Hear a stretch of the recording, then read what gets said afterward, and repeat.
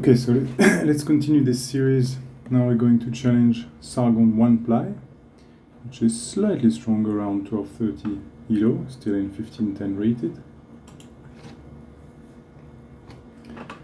So here we go with the white pieces again. Let's play d4 now for change. d5, g4, the queen's gambit. Okay.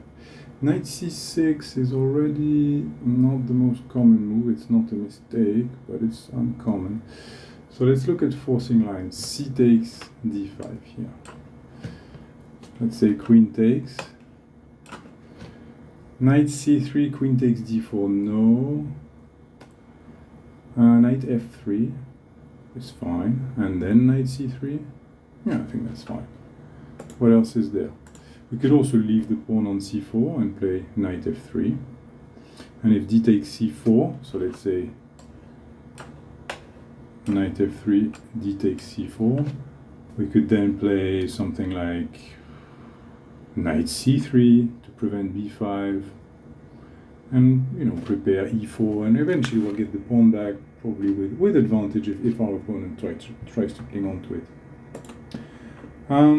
But I think let's play this.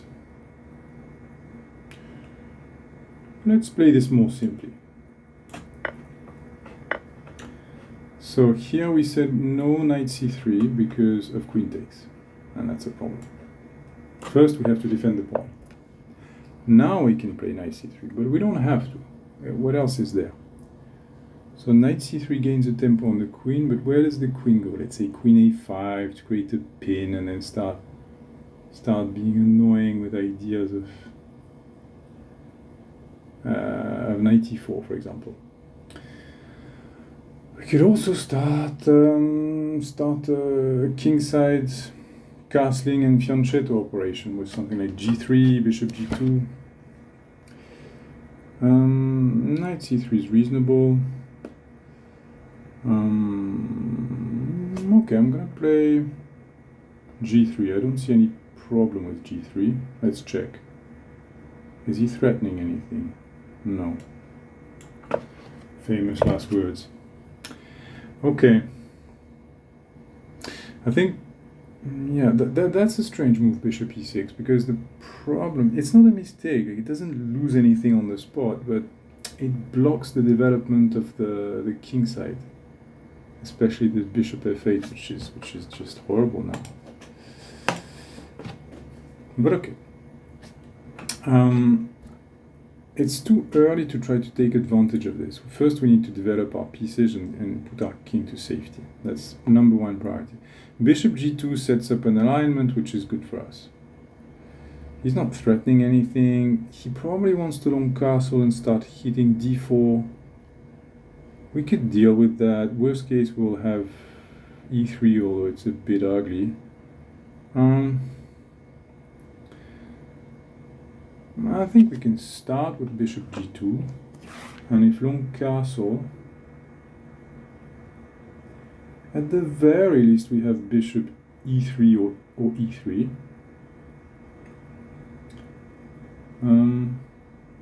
But should we start with knight c3? That's really the question.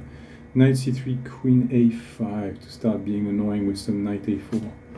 So like this, right? Something like, sorry, can't draw arrows. Something like this with ideas to play knight e4 after. Kind of annoying. And then bishop d2. Yeah, okay. Let's play the simple, most direct developing move. Bishop. Okay, and of course he plays long castle. That I knew he wanted to do. Okay. So he is now threatening the pawn 3 times, defending it twice. Do I have any tricks like knight c3 after liquidating on d4? Queen takes, knight takes, queen takes, rook takes, and knight b5, but there's still rook a4, surprisingly, and it holds. Okay. So perhaps we need to start with something more modest, such as bishop e3, but then knight g4 can be annoying. I think it's time to be really solid and just play e3. Okay, e3 could have been a mistake actually, because now we have a problem on f3. Interesting. Very interesting. So he's not threatening to take it just yet, but it is annoying. So we could castle. We could throw in knight c3.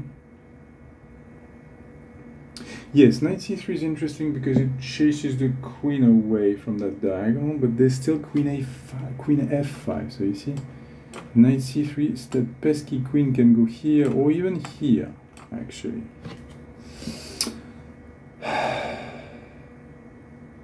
Possibly with ideas of knight e4, g5. That's a problem. Okay. So does it mean we need to break the pin immediately?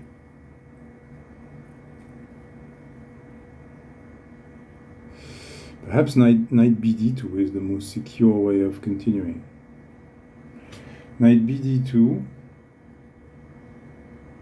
Okay, we need to be really solid here. Knight b, yeah, okay, let's do that. Knight bd2. I don't see any problem just yet. Let's try that. Okay, so now there's a pin. So can he exploit it? Bishop takes, that's fine. Well, first I want to castle. That's number one priority. I have to get out of this. But okay, I can't really attack him straight away. Before castling, because my knight's pinned, and I really need to move this knight in order to move the bishop and free my game in general. So I have to castle. The pin's annoying, but I can just break it on the next one. He cannot put it this way. I've got two defenses on the knight f3 here, okay? Not three. And he's only one attacker. He cannot put two attackers in one move. So I'm going to castle. He can add another attacker, like the queen on f5 or h5. But I'll have time to move my queen. So there can't be any problem on this pin immediately. Which means we're safe to castle. And of course he does that. Of course. Okay, now do I have to... okay, maybe I can try to be a little bit clever with a move like e4, but it's risky. He's not threatening anything directly. He can't add pressure to the pin immediately, but I also can't play h3 to break the pin because of bishop takes h3, which means that I should probably consider... Okay, e4 really looks interesting. e4, knight takes. Do I have something there? Not really. Doesn't look like it. e4 is annoying. It hits the queen, yes, but there is knight takes, and I don't quite see the refutation. So e4, knight takes. Where's my trick? Knight takes, queen takes. I attract the queen in the firing line of the bishop, but then what? Discovery, I lose my queen, no, it doesn't work. No, it doesn't work.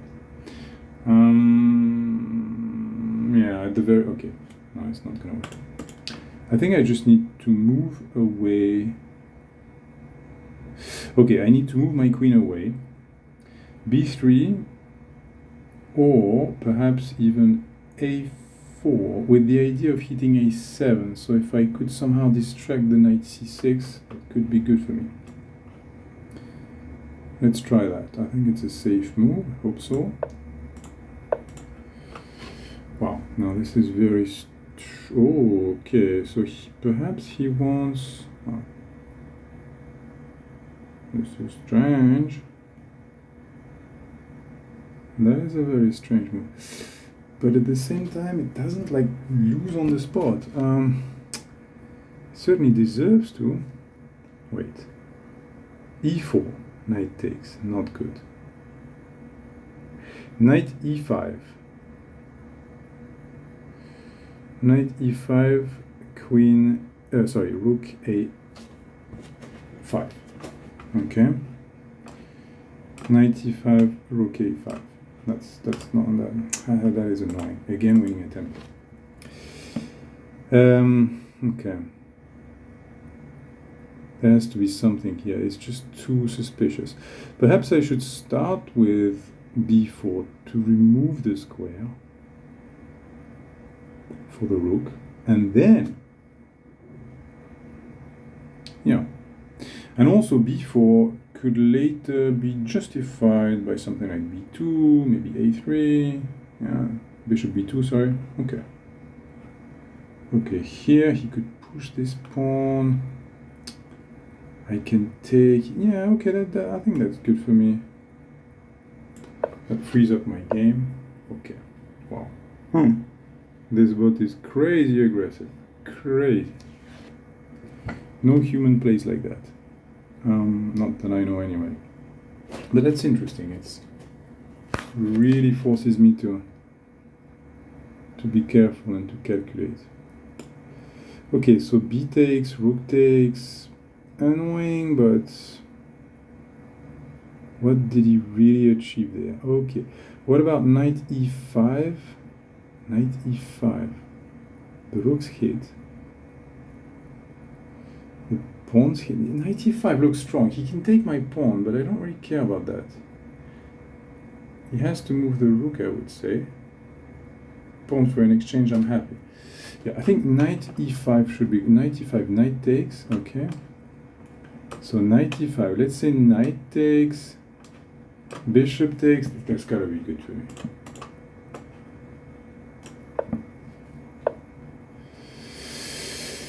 Okay, so we can win an exchange, which is nice. What else can we do? Knight takes, pawn takes, bishop takes. We can also win a pawn. I feel like, okay, the exchange should be worth more in theory. Especially because we can take the yeah, okay. We probably want to go here to take this rook, because we then remove the defender of the c6 knight. So I think that's... Let's just check that there are no tricks. Knight f7, what next? No check, no threats. Not immediately anyway. Okay. I think we're safe to play knight f7. Knight takes f7, sorry. And now we take here, and we hit the queen. There can't be intermediate moves, I mean, unless it's check, but there are no good checks. And now we take the knight and destroy his king shelter. Although if we do that, we weaken our light square, so it is double-edged. And given that we're up material, do we really need to take risk to converse this? Probably not. But let's calculate. Because this could just win on the spot. Okay, takes, takes. And then what? Let's say bishop h3. He can't easily insert the queen there. Because bishop h3, yeah, sure, but how does he get the queen to a square that hits g2? Only square would be d5, okay? So d5 will be the key square that the queen has to reach. But we could play e4. Like, worst case, we just lose a pawn, but I mean, his king's in shambles. There's just no way he survives this. Okay, let's go for it is, okay, wait, I forgot something. Bishop takes, let's recalculate. Bishop takes, pawn takes, queen takes, and bishop h3. The problem with it hits this rook here.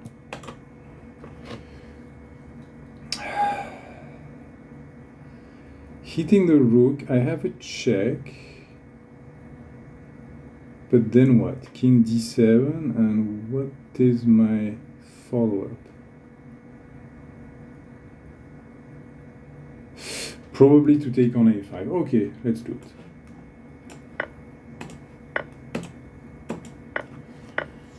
Wow, he doesn't play bishop h3? Okay, well that's gotta be good for us. Because it was his only hope at creating some tricks. Because now we can really get rid of this queen d5.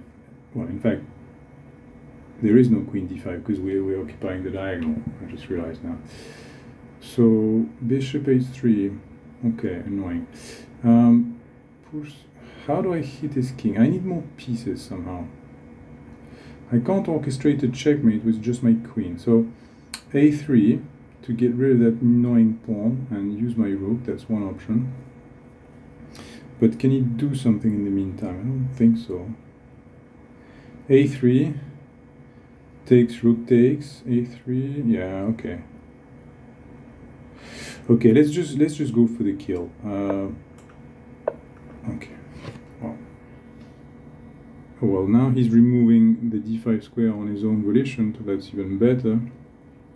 Queen checks is a possibility, but what does it really do? I guess it wins a pawn. Yeah, queen check. Okay, queen check. Idea is queen b5. And then take the pawn this way. But can we do better? Well, first of all, we could fork. Knight, we could fork here. Okay. But this is risky. Pushing pawns, we have to be a bit careful. e4. Can he... Knight c3. Is he annoying? But then queen takes, bishop takes, pawn takes. I still win a piece. Yeah, that does work. On the other hand, a takes b4. I just don't see how the king survives this. But okay, e4. Knight c3. Okay, no, let's just go for the checkmate. Should I go for the piece or... Okay, takes, and I'm threatening rook, in fact, an unstoppable threat. Rook a, yeah. Okay. I think e4 wins for sure, but let's try to be a little bit more ambitious and play instead this one. Okay, checkmate. He didn't defend in the best way, of course. I think the best defense would probably have been, well, would have to be king d8. So that with rook check, there's, the idea is this. Alright, let's look.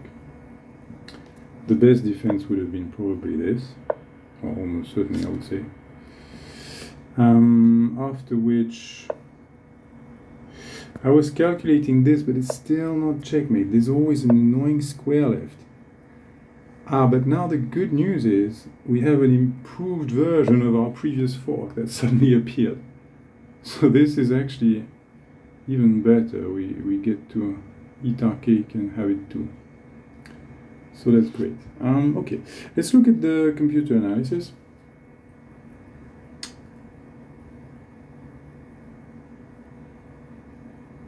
Well, we blundered already. Ay, ay, ay, ay, ay. One mistake, one blunder.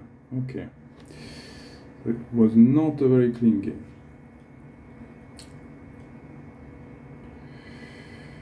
So let's see. What did we play here?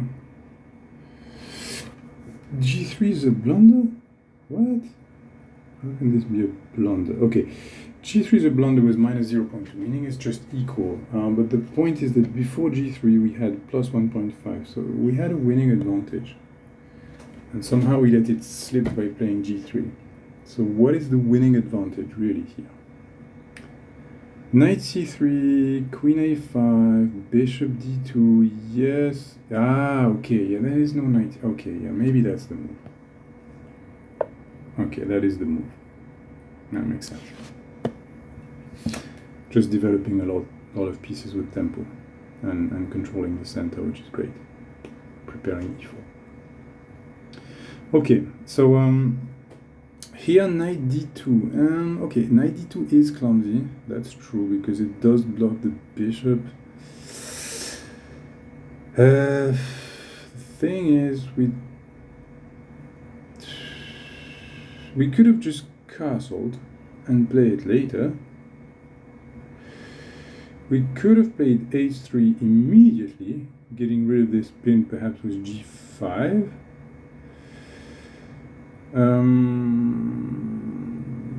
H3. Okay, let's see. H3, bishop here, this pawn here, bishop moves here. Ah, and then perhaps this one, hitting the queen with the bishop on g2, defended by the knight. At the very least gaining a tempo and the bishop there, although knight takes, h takes, I'm not sure we really want. Okay, that was definitely a viable way to get rid of the pin. But what else is there? What else? Knight c3. Knight c3 immediately. Just gain a tempo. But then, okay, knight c3. Okay, now the problem with this is knight c3, and let's say something like queen here, really annoying. Again, adding pressure. And there's no e4. Yes, we can castle, but how do we get rid of that annoying pin? And we can't really castle if we're going to get rid of it. We have to play h3.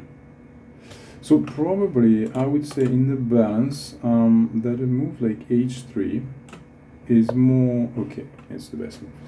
But at the very least, from a practical standpoint, it feels like a much easier move to play. Of course, bishop takes f3 is good for us, and what I was calculating is this. And here we have this one, which is nice. Hits the queen, which has to get out of this diagonal. We could also take the knight on the bishop on g6, although I'm not sure we won't, because that would open the h-file. Actually, what is the best move here? Right, oh, of course, there is that. Okay, so we didn't play this optimally. Ah. At this point, we need to castle. Yes, or knight c3, getting rid of the pesky bishop e4, as well as gaining a tempo on the queen. Okay, yeah, castling would have been the best. But this is strange. From a human perspective, it feels a little bit risky to leave this hook here, because black could later play a move like h5, although there is g5. But okay, seen from a distance, it wasn't completely obvious. Anyway, so I think that's it. So overall, a reasonable game, although one blunder, one mistake, one inaccuracy. Obviously much worse for my opponent. And there we go.